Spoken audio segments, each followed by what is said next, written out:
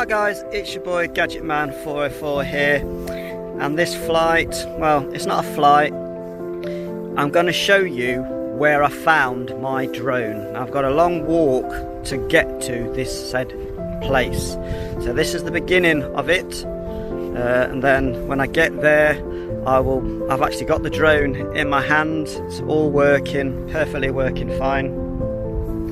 This is a Lal 5. It's not the Lal 5 freestyle, but you can do freestyle with it. It's got the two cameras at the front. One of them is a 4K, and one of them is an FPV camera. So I'm just going to walk to the field where it was, and then I will show you exactly where I found my drone, and then I'll explain the damage that was caused to said drone. Alright guys, catch you in a minute, bye! Right guys, nearly there. As you can see, this is a farmer's field, yeah? But there is a public footpath that goes right through the middle of it, so you're allowed to walk basically through it. It's literally, as I say, it's literally there. It's a bit weird and a bit random. So, and I'm going to show you where my drone was. Now, I've been flying into this field I'm coming into, and there's a gate just up there, and I was with my goggles on over there, and I was flying like round this part of the field, and when I saw it come down I could see between that tree and that tree, and in my mind, so that meant that the drone was in this part of the field somewhere, but quite close to the trees. So I've walked up and down this field for the last fortnight, nearly 3 weeks. Every other day when I get 5 minutes at work, I come here for an hour and I traipse around these bloody fields to no avail, and I was getting really annoyed. And then I thought to myself, it can't be up here, because I was flying there and I don't recall being in line with me when I came down. The last thing I saw, guys, was that tree and that tree. So I was thinking I was in this area, like in front.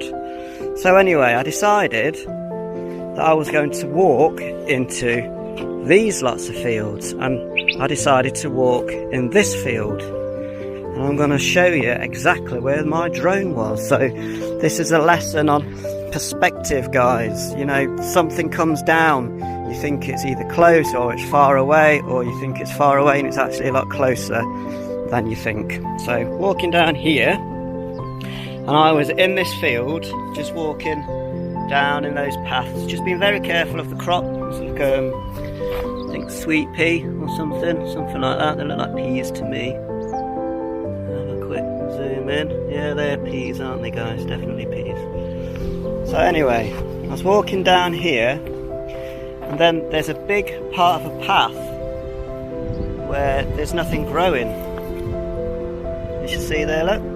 So I continue to walk up there. Walking up there, and this was the last half an hour of me looking for about 2.5 hours, and then it comes to a dead end around about here. There comes to a dead end, and then it forks off. So as you can see down there's a path, and it branches and it meets up with the main one, and then it goes up that way. And you're not going to believe what happened, guys. But when I got to the end of this path and I was just about to give up, and I was walking out here, and then there was my drone, guys, literally as it is. I've taken the aerial off, but obviously there was an aerial on there, my battery was still on there, and the only damage that happened was this arm had broken, the propeller had bent, and that was it. And that battery lead had actually snapped. If I just come a bit closer, that battery lead had snapped off there, guys, but the battery was still connected here. Now that battery lead snapping actually probably saved all my components of the drone, because it's been left with the battery connected for over 2 weeks, nearly 3 weeks. And when I found the battery, it was all swollen, all the cells are completely puffed up, completely knackered. and I was like, oh great. So I assumed, as people say, when you're working on your drone, and they say when you work on your drone, turn your VTX power down to say 25 milliwatts, and obviously always have an aerial connected, because that's a no-no. So because this would been, or it was actually, sorry, it was this arm, the left arm that snapped, not that one, because it was upside down, but yeah, it was that arm that snapped. So I had a spare frame and I've got spare motors and stuff, so I just swapped out the arm and taped it back on. Connected a battery when I walked back to the car, and I got the 5 beeps, put my goggles on, I got VTX straight away. So no damage other than a broken arm and a bent propeller. Those propellers were like just pushed down a little bit, and then I've just bent them back, so it didn't even chip the propeller. So fly safe and keep each other safe, guys. And I catch you in the next one.